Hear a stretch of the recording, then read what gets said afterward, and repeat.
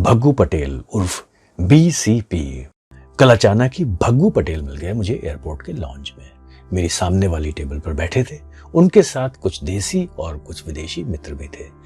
इसी बीच अचानक भग्गू और मेरी आंखें मिल गईं और मैं मुस्कुराया।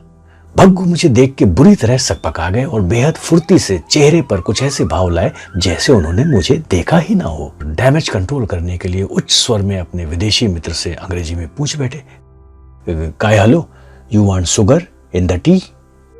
और उनके द्वारा की गई शुगर की पेशकश से ही उनके भग्गू होने पर मुहर लग गई, क्योंकि भग्गू हॉस्टल के दिनों से ही सा और शा को लेकर बहुत पीड़ित थे। अथक प्रयासों के बाद भी इन दोनों शब्दों का सही उच्चारण उन्हें सिद्ध नहीं हो पाया था। वैसे सागर विश्वविद्यालय में उनकी पहली गर्लफ्रेंड का नाम था शर्मिला। भग्गू अत्तरा के रहने वाले थे, जहां अमूनन सभी सड़क को सड़क और शक्कर को शक्कर कहने पर राजी थे, पर उन्हें विश्वास था कि अत्तरा की घुट्टी में पिलाए गए भाषाई संस्कार को शर्मिला का अभिजात्य प्रेम निश्चित रूप से सुधार देगा। हॉस्टल में रात भर शर्मिला शर्मिला कहने की प्रैक्टिस करने के बाद अगले दिन सुबह बॉटनी डिपार्टमेंट के गार्डन में उसे अपनी 2 सखियों के साथ खिलखिलाता देखकर प्रपोज कर बैठे। प्रणय निवेदन के समय अभ्यासगत संस्कार की जगह जन्मजात संस्कार ने फन निकाल लिया और वे कह बैठे, Sharmila, I want to share something to you, please sit for some time. Sit for some time सुन के शर्मिला ने उन्हें आश्चर्य व तिरस्कार के भाव से देखा, जिसे भग्गू ने शर्मिला की प्रेमिल अधीरता और स्वीकार्य का सिग्नल समझकर फटाक से शर्मिला आई लव यू कह दिया, और फिर चटाक की जोरदार आवाज जिसकी गूंज पूरी यूनिवर्सिटी में सुनाई दी थी, उसके साथ ही उनकी प्रेम कहानी का अंत हो गया।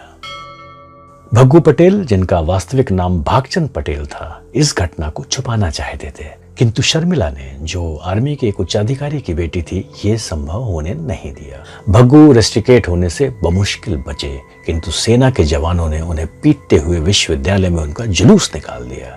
उसका एक फायदा जरूर हुआ कि भग्गू रातों रात विश्वविद्यालय में प्रसिद्ध हो गए। तब से भग्गू सिर्फ शर्मिला ही नहीं, हर उस बात से छड़कने लगे जिसमें सा या शा शब्द आते थे। मेरे नाम आशुतोष से तो उन्हें सख्त ऐतराज था, क्योंकि उसमें सिर्फ शक्कर वाला शा ही नहीं, षटकोण वाला शा भी आता था। खैर, भग्गू सन 2004 तक निरंतर मेरे संपर्क में थे। हिस्ट्री, पॉलिटिकल साइंस और सोशियोलॉजी से MAAA करने के बाद भी उन्हें मनोवांछित नौकरी नहीं मिली, सो अपने सर्वाइवल के लिए उन्होंने किराना दुकान से लेकर संविदा शिक्षक तक के सारे काम कर डाले। आज से 12 साल पहले जब मैं अंतिम बार उनसे मिला था, तब वे लोकल पॉलिटिक्स से खजुराहो में गाइड के काम पर शिफ्ट हो गए थे। उसके बाद उनका कुछ पता ना चला। तब के बाद आज अचानक ही लॉन्ज में प्रकट हुए। मैं प्रसन्नता से भरा हुआ अपने एक्टरपन से मिली प्रसिद्धि से उपजे अहंकार को ताक पर रखकर उनकी टेबल पर पहुंच गया और बेहद गर्मजोशी से उनको देख के बोला, भग्गू, तुम कहां हो यार? उनकी आंखों में शर्मिला कांड से लेकर किराना दुकान तक का अप्रिय अतीत भड़ाभड़ स्लाइड्स बदलने लगा। भग्गू की सरलता मुझसे लिपट जाना चाहती थी, किंतु प्रयत्न पूर्वक सिद्ध की गई संभ्रांतता ने उसका गला दबा दिया था। मैंने मौके की नजाकत को समझकर तुरंत यू टर्न लिया और उनके सूट बूट, फेल्ट हैट को ध्यान में रखकर बेहद सम्मानजनक औपचारिकता के साथ कहा, I am sorry gentleman, if I am not mistaken, are you mister Bhagchand Patel? मैंने प्रश्न जरूर पूछा था, किंतु मेरे पूछने का ढंग घोषणात्मक था कि I am sure you are Bhaggu from Attara. मेरी आंखों में अपने भग्गू होने का दृढ़ विश्वास देखकर उन्होंने सरेंडर करना ही उचित समझा, किंतु वे अपने विदेशी मित्रों को कतई इस बात की भनक तक लगने देने के मूड में नहीं थे कि यह सूटेड बूटेड व्यक्ति कभी भग्गू था। उनकी पूरी कोशिश इस बात को सिद्ध करने की दिखाई दी कि जैसे कर्ण कवच और कुंडल के साथ पैदा हुआ था, वैसे ही वे भी सूट बूट पहनकर ही पैदा हुए थे। इतने में उनके साथ की एक देसी महिला मित्र मुझे देखकर उछल पड़ी और प्रसन्नता से भरी हुई बोलने लगी, Hi, Mr. Ashutosh Rana. You are such an amazing actor. I'm so happy to see you. अब वे भग्गू से मुखातिब हुई और बोली, बीसीपी, तुमने कभी बताया नहीं you know such a famous person दासुतोष Rana and he seems to be very close to you, है ना? अब भग्गू भौचक होकर मुझे देख रहे थे। वे गर्व और भय के मिश्रित भाव से भरे हुए थे। गर्व इस बात का कि द फेमस आशुतोष राणा उनको जानता है, और भय ये कि आशुतोष राणा उनको क्लोजली जानता है। फिर वही महिला बोली, excuse me, can I take one selfie with you? Oh I am sorry, मैंने आपको अपना नाम नहीं बताया। I am Sharda, but BCP calls me Sarda. He gave a new meaning to my name. Sar means essence, he told me, and Da means देने वाली. So in short, Sarda means essence of life. Nice था? मेरे प्रति भारतीय महिलाओं का आदर भाव देखकर अब विदेशी भी मेरे कुछ विशेष व्यक्ति होने को ताड़ गए। उनके सम्माननीय बीसीपी के लिए मेरे भग्गू को रोक पाना अब बहुत मुश्किल हो रहा था, क्योंकि मैं उनके सुख दुख का पुराना साथी था। कायदे से बदलना तो मुझे चाहिए था, लेकिन बदल वे गए। इस बात की उन्हें अब ग्लानि भी हो रही थी। मैंने उन्हें इस ग्लानि से मुक्त करने के लिए बेहद आत्मीयता और आदर से संबोधित किया। हे बीसी, हाउ डूइंग मैम? अब वे लपक कर खड़े हुए और मेरे गले से चिपक गए। इस गले मिलन में दो भाव थे, एक अपनापन और दूसरा मुझे आगे कुछ भी ना बोलने देने का बलपूर्वक प्रयास। और oh my God Rana, it is pleasure कहते हुए वे घसीट कर मुझे उस टेबल से दूर ले आए और दूर से ही अपने मित्रों से बोले, excuse me, will be back in some time. अब हम दोनों अकेले थे टॉयलेट के पास। वो बोले, गुरु माफ करियो, हम अपने भग्गू होने से बहुत परेशान थे। सो गाइडगिरी करते हुए एक दिन हमें एक आइडिया सूझा कि क्यों ना हम भागचंद पटेल को बीसीपी कर दें, शायद हमारे भाग खुल जाए। भागचंद में साली एक पनौती सी थी, लेकिन नाम बदल लेने भर से भाग थोड़ी बदलत है। इसके लिए तो साला हमें अपने आप को भी बदलना पड़ेगा। सो लग गए भग्गू को मिटाबे में। एक दिन भाग्य से नागा साधुओं की एक टोली खजराहों में मिल गई। सो हम सोई भभूत मबूत लगा के उनके संगे हो गए। पहले 3-4 दिन तो ठीक कटे गुरु, मगर चौथी रात में नागाओं के कोतवाल ने हमें पकड़ लिया।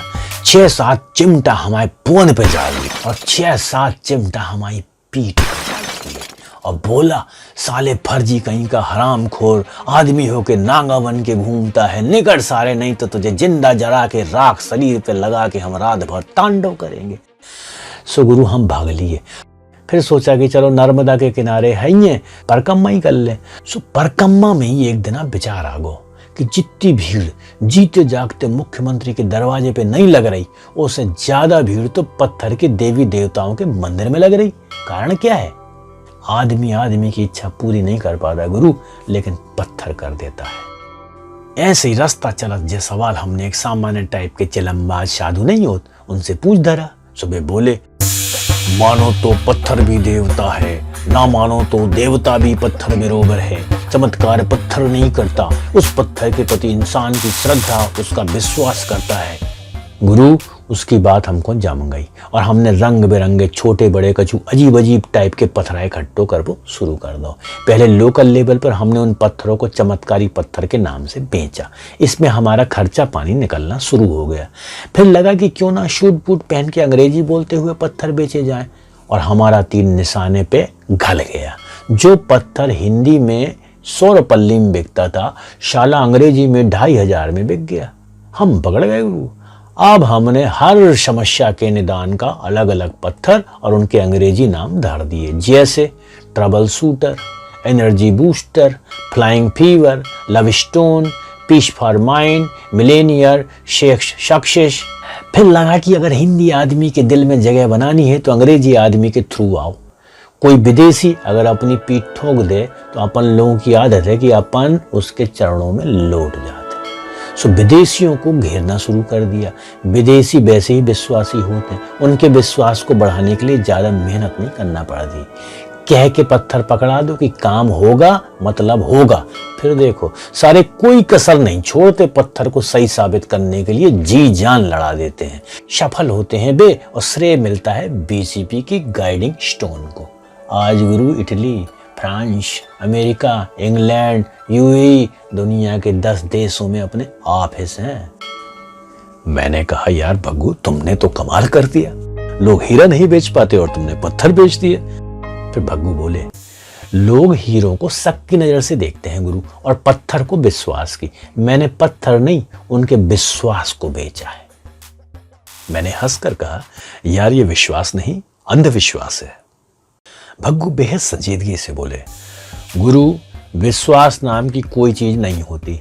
हमारी सफलताएं अंधविश्वास पर ही खड़ी होती हैं। खुली आंखों का विश्वास विज्ञान कहलाता है, और ये विज्ञान भी अंधविश्वास की ताकत से ही पैदा होता है। ये बताओ, हवाई जहाज बनाने वाले को पहले अंधविश्वास नहीं रहा होगा कि पूरे घर भर को हवा में बिठा के उड़ा सकता है? विश्वास परिणाम है और अंधविश्वास प्रक्रिया। हम फिर से कह रहे हैं, विश्वास रिजल्ट है, वो अंधविश्वास प्रोसेस है। बिना प्रक्रिया के परिणाम कैसे मिलेंगे? हम अंधविश्वास भी पूरी ईमानदारी से नहीं करते, इसलिए फेल हो रहे। जिसे तुम अंधविश्वास कह रहे हो गुरु, दरअसल वो स्खलित विश्वास है। मतलब समझ रहे हैं ना, जिसमें हम दुनिया पर तो विश्वास करते हैं किंतु स्वयं पर अविश्वास करते हैं। खुली आंखों से किए गए काम नहीं गुरु, बंद आंखों से किए गए काम ही चमत्कार की श्रेणी में आते हैं। जितने भी गुरु चमत्कारी लोग हुए, उन्होंने लोगों की आंखें खोली नहीं है, बल्कि खुली आंखों को बंद किया है। ये बताओ, बच्चे को जगाना कला है कि सुलाना कला है? सुलाना कला है।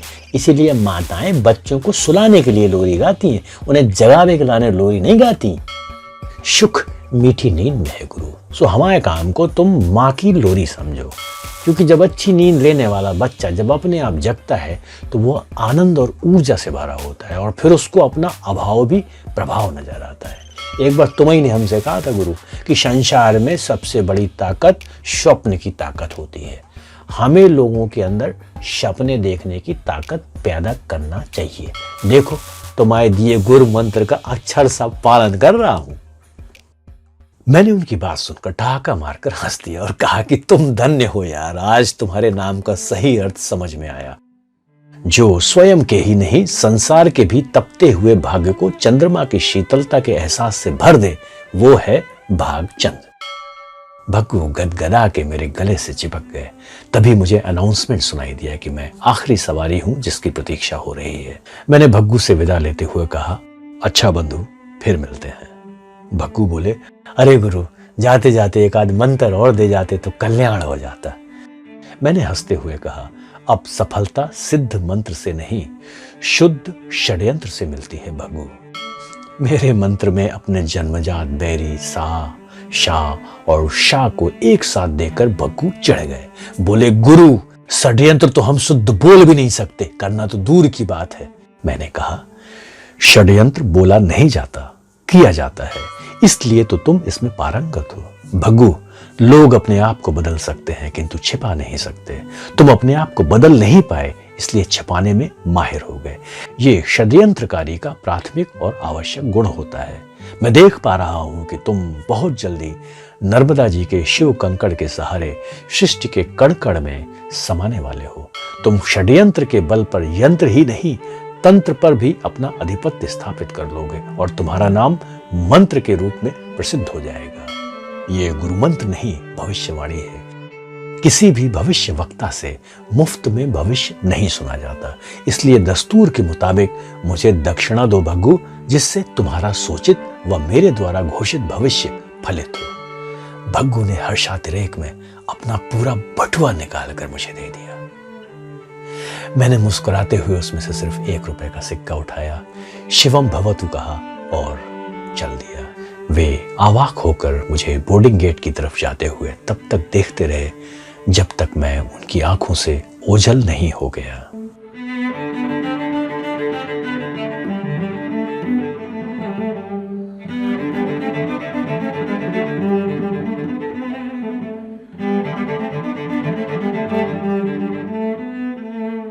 आशुतोष राणा।